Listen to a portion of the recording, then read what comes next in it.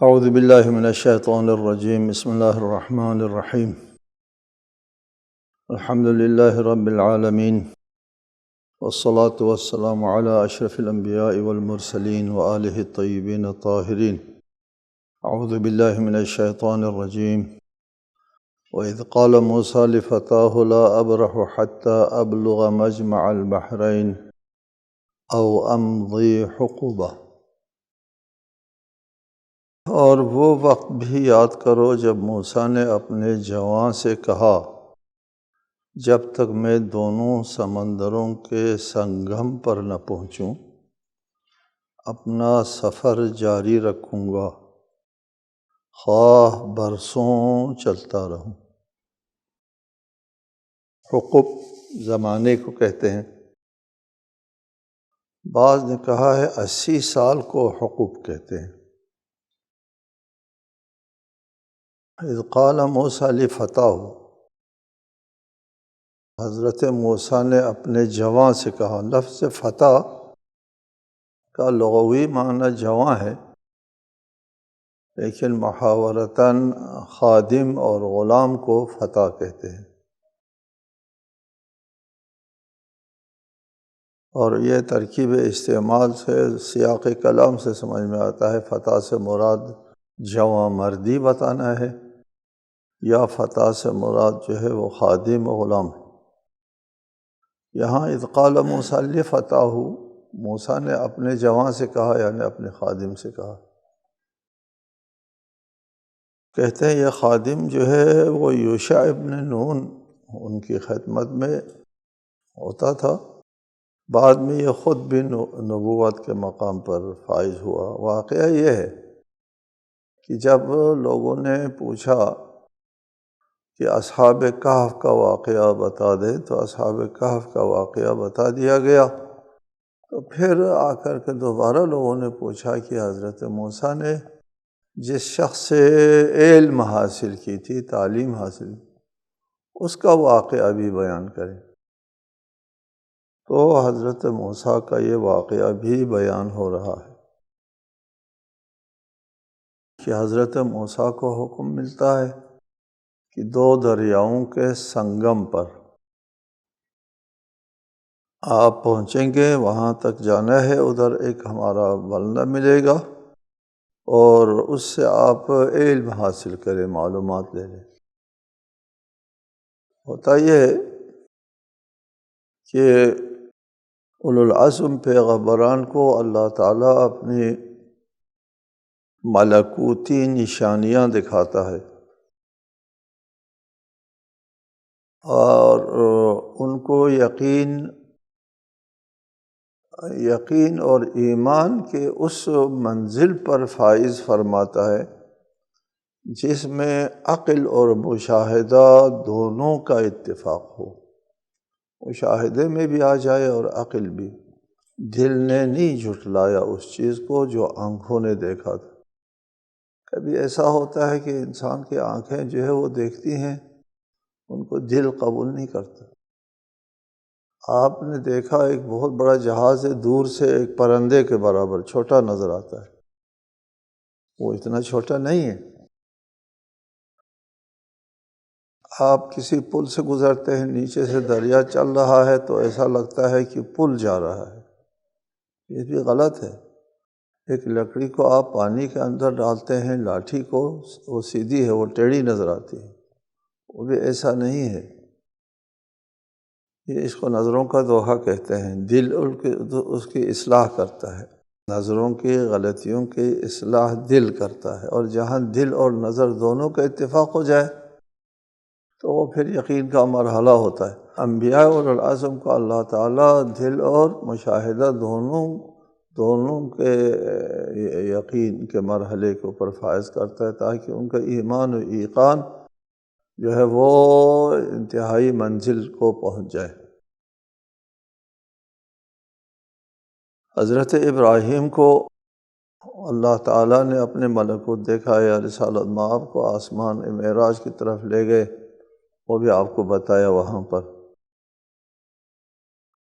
تاکہ مشاہدے میں بھی آ جائے، اور جس کو دل نے مانا تھا حضرت ابراہیم نے کہا ربی ارینی کیف تحیی الموتی، کہ مجھے دکھائیں کہ آپ کیسے زندوں کو مردہ کرتے ہیں۔ قال اولم تؤمن، کیا آپ کو ابھی ایمان نہیں ہے کہ میں مردوں کو زندہ کر سکتا ہوں؟ قال بلی، ایمان ہے، دل نے مانا ہے، ولیکن لیطمئن قلبی، اطمینان کی اس منزل پر بھی فائز ہونا چاہتا ہوں جہاں دل اور مشاہدہ دونوں کا اتفاق ہو۔ یہاں حضرت موسیٰ کو ملکوت آسمانوں کے اوپر تو نہیں لے جایا گیا، مردوں کو زندہ کرنے کا معجزہ بھی نہیں دکھایا گیا۔ ایک عبد صالح جو اللہ تعالیٰ کی طرف سے تعلیم یافتہ ہستی تھی، اس ہستی کی شاگردی میں ڈال دیا، جاؤ اس ہستی کی شاگردی کرو، اور پھر اللہ تعالیٰ کے ملکوتی نظام میں جو باتیں تیرے لیے قابل فہم نہیں ہے، ان کے پیچھے جو رموز اور حکمت ہے ان کو سیکھو، ورنہ سمجھ میں نہیں آتا۔ ہم خود بھی دیکھتے ہیں اپنی دنیا میں کہ ایک شخص کا ایک ہی بیٹا ہے، ایک بیٹا ہے بیچارے کے پاس، اور اولاد نہیں ہے، وہ مریض ہو جاتا ہے، اس کے علاج کے لیے 20,000 روپیہ، 30,000، 40,000 روپیہ چاہیے، اس کے پاس نہیں ہے، بیٹا مر جاتا ہے۔ غریب ہے، ایک بیٹا تھا اور وہ بھی مر گیا، علاج نہ ہونے کے لیے 20,000 روپیہ نہیں۔ دوسرا آدمی جو ہے وہ اپنی بلیوں کی شادی پر $2,00,000 خرچ کرتا ہے، اس کو اپنے بیٹے کے علاج کے لیے 20,000 روپیہ نہیں ملتا، اور دوسرے کو بلیوں کی شادی جیسے نامعقول اور کیا بیہودہ چیز کے اوپر $2,00,000 خرچ کرتا ہے۔ یہ واقعہ ہوا ہے، اس لیے بیان کر رہا ہوں۔ $2,00,000 بلیوں کی شادی، بیہودہ چیز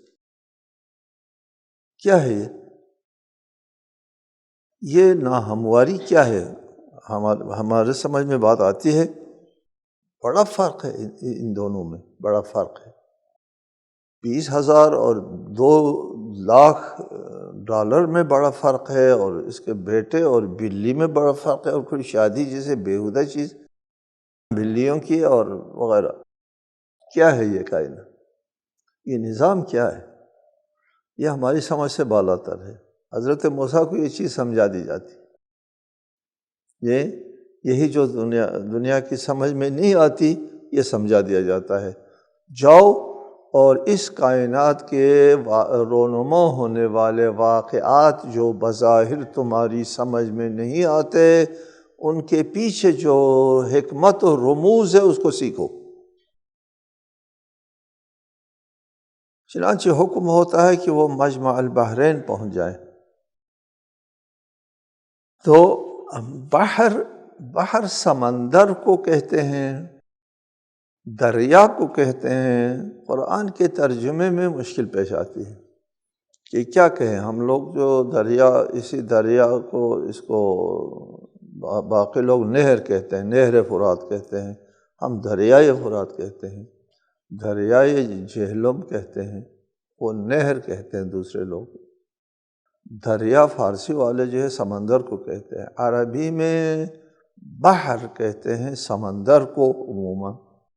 لغت والوں نے کہا کہ اگر وافر پانی ہے کسی دریا میں، کسی نہر میں، تو اس کو بھی بحر کہہ سکتے ہیں، کہا جاتا ہے، اس کو بھی بحر کہا جاتا ہے۔ لہٰذا معلوم نہیں ہے بحر سے مراد سمندر ہی ہے یا بحر سے مراد بڑے دریا بھی ہیں جس میں پانی وافر مقدار میں موجود۔ ایک مسئلہ یہ ہے کہ بحر سے مراد سمندر ہے یا دریا ہے۔ دوسری بات یہ ہے کہ یہ مجمع البحرین دو دریاؤں یا دو سمندروں کا سنگم کون سی جگہ ہے؟ حضرت موسیٰ کو کس جگہ پر جو ہے وہ دو دریاؤں کے یا دو سمندروں کے سنگم کے اوپر؟ کیا حضرت موسیٰ جب مصر میں تھے تو اس وقت یہ واقعہ پیش آیا ان کے لیے، تو ہو سکتا ہے وہاں دریائے نیل کی دو شاخیں جڑتی ہیں، ایک جگہ وہ جگہ ہو، یا یہ واقعہ ادھر وادی سینا میں پیش آیا ہے تو وہاں دو سمندروں کا سنگم ہے، وہاں پیش آیا ہو، ہمارے پاس کوئی ایسی شواہد موجود نہیں ہے کہ حضرت موسیٰ اپنی زندگی کے کس مرحلے میں اور کس جگہ پر یہ واقعہ پیش آئے، ہم کو نہیں پتہ۔ اور اس میں کوئی خاص مقصد نہیں ہے کہ یہ کہاں یہ واقعہ پیش آیا سے مربوط نہیں ہے، اصل واقعے سے مربوط ہے۔ موسیٰ نے اپنے جوان سے کہا لا ابرح حتی ابلغ مجمع البحرین او امضی حقوبہ، مسئلہ بہت اہم ہے کہ سالہ سال چلنا پڑے پھر بھی مجھے اس جگہ پر پہنچنا ہے جو مجمع البحرین ہے، اور پھر مجمع البحرین ہی نہیں، اس میں اور بھی کوئی نشانیاں تھیں، وہ بھی پیش آئے، مجمع البحرین بھی ہو اور دیگر نشانی آگے اس کا ذکر آنے والا ہے، پھر وہاں کو پہنچنا ہے۔ فلما بلغ مجمع بینہما، یہ دونوں مجمع البحرین پہنچ گئے، نسیا حوتہما فاتخذ سبیلہ فی البحر سرابا، جب وہ دونوں سنگم پر پہنچ گئے تو وہ دونوں اپنی مچھلی بھول گئے، تو اس مچھلی نے چیر کر سمندر میں اپنا راستہ بنا لیا۔ نسیا، یہ جوان جو خادم تھا وہ بھی اور خود حضرت موسیٰ دونوں بھول گئے۔ یہ کیسے ہوا؟ حضرت بعد میں واقعات کے روشنی میں آپ کو پتہ چلے گا، حضرت موسیٰ کو تو پتہ بھی نہیں چلا تھا کہ یہ سمندر جو ہے وہ مچھلی جو ہے وہ سمندر میں چلی گئی ہے، پتہ ہی نہیں تھا۔ جب پتہ نہیں تھا، بھولنا کہتے ہیں علم ہو اور پھر اس کے بعد ذہن سے نکل جائے، سرے سے علم ہی نہ ہو تو اس کو بھولنا نہیں کہتے، ٹھیک؟ تو پھر کیسے کہہ دیا نسیا؟ حضرت موسیٰ کو تو علم ہی نہیں ہوا تھا کہ یہاں پر مچھلی سمندر میں چلی گئی ہے، بعد میں پتہ چلا، اس نے بتایا۔ جواب یہ ہے کہ ایک سے سرزد ہونے والا کام دوسرے کی طرف بھی نسبت دی جاتی ہے جب دونوں ایک ساتھ ہو۔ اس کی ہم مثال دیتے ہیں کہ ہم انبیاء مبعوث ہوئے ہیں صرف انسانوں میں، لیکن جب خطاب آتا ہے یا معاشر الجن والانس الم یاتکم رسل منکم، رسل منکم، جنات میں تو کوئی رسول نہیں آیا، انسانوں میں رسول آیا ہے۔ خطاب جب دونوں سے ہے تو وہ دونوں ملا کر منکم کہا جاتا ہے، یہ دونوں ساتھ تھے تو دونوں ملا کر کہا، نسیا دونوں بھول گئے، کہا بولا تو خادم نے تھا صرف۔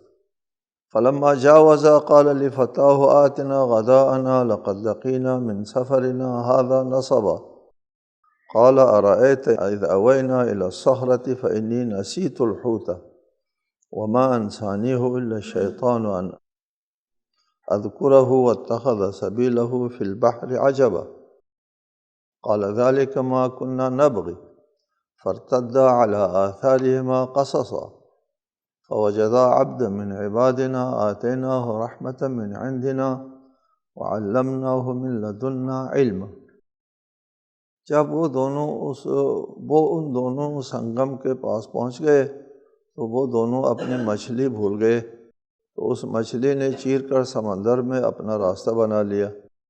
جب وہ دونوں آگے نکل گئے تو موسیٰ نے اپنے جوان سے کہا ہمارا کھانا لاؤ، ہم اس سفر سے تھک گئے ہیں۔ نصابہ تھک گئے ہیں، تھکاوٹ کو کہتے ہیں۔ جوان نے کہا بھلا آپ نے دیکھا کہ جب ہم چٹان کے پاس ٹھہرے تھے تو میں مچھلی وہیں بھول گیا، اور مجھے شیطان کے سوا کوئی نہیں بھلا سکتا کہ میں اسے یاد کروں، اور اس مچھلی نے تو عجیب طریقے سے سمندر میں اپنی راہ بنائی۔ موسیٰ نے کہا یہی تو ہے جس کی ہمیں تلاش تھی، چنانچہ وہ اپنے قدموں کے نشان دیکھتے ہوئے واپس ہوئے۔ وہاں ان دونوں نے ہمارے بندوں میں سے ایک بندے کو پایا، کہتے ہیں وہ حضرت خضر تھے، مشہور یہی ہے، پایا جسے ہم نے اپنے پاس سے رحمت عطا کی تھی اور اپنی طرف سے علم سکھایا تھا۔ وہاں ملاقات ہو گئی، اس عبد سے ملاقات ہو گئی جس کے پاس جانے کا حکم تھا۔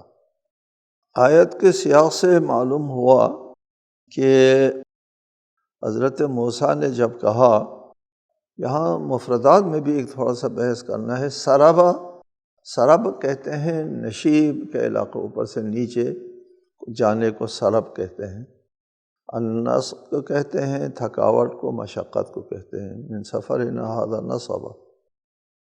یہاں پر ارأیت آیا ہے، ارأیت کا معنی ہم نے بھی کیا ہے کیا تو نے نہیں دیکھا، کیا آپ نے نہیں دیکھا، کیا رأیت آپ نے دیکھا۔ اس جگہ اخبرنی کے معنی میں نہیں ہے۔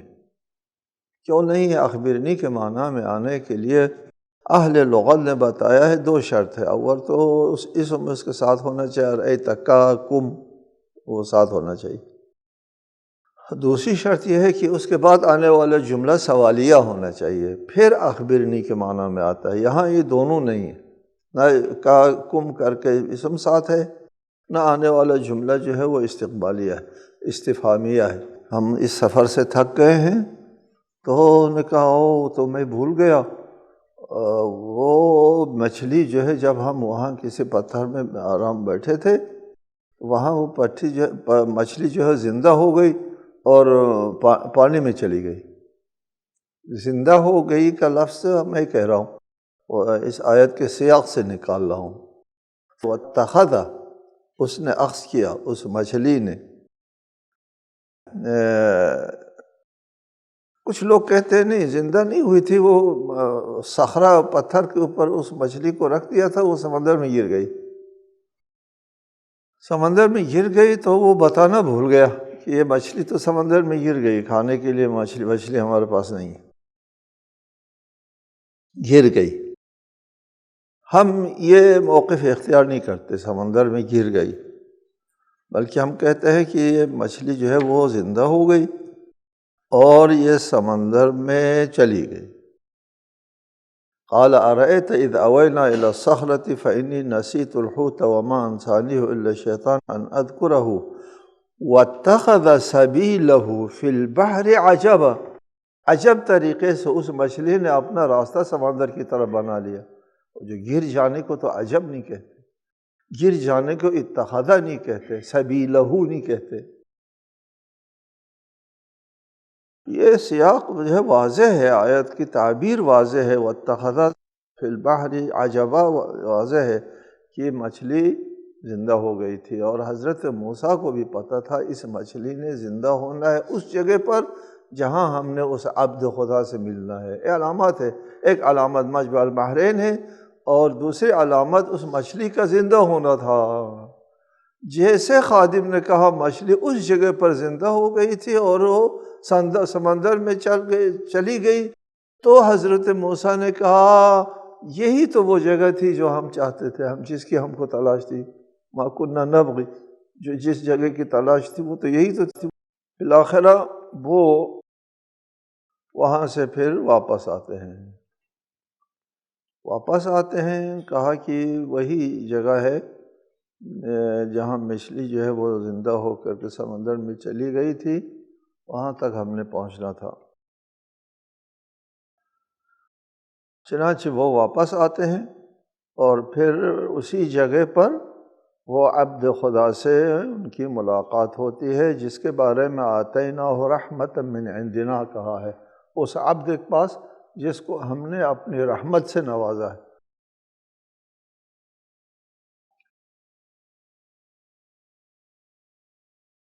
جس کو اللہ تعالیٰ کی رحمت سے نوازا ہے، یہ عام طور پر جو ہے یہ تعبیر اس کے لیے اختیار کی جاتی ہے جس کو اللہ تعالیٰ نے نبوت عنایت فرمائی ہے، یعنی اس نبی ہے۔ چنانچہ وہ آتانی رحمت من عندہ کہا ہے حضرت نوح نے اپنی نبوت کے بارے میں، اللہ نے مجھے رحمت عنایت فرمائی ہے۔ اس سے معلوم ہوتا ہے کہ وہ معلم جو حضرت موسیٰ جس کی طرف گئے تھے وہ بھی نبی تھے، آخر نبی کے علاوہ تو نہیں ہو سکتے کہ اسرار و رموز کائنات سے واقف ہو۔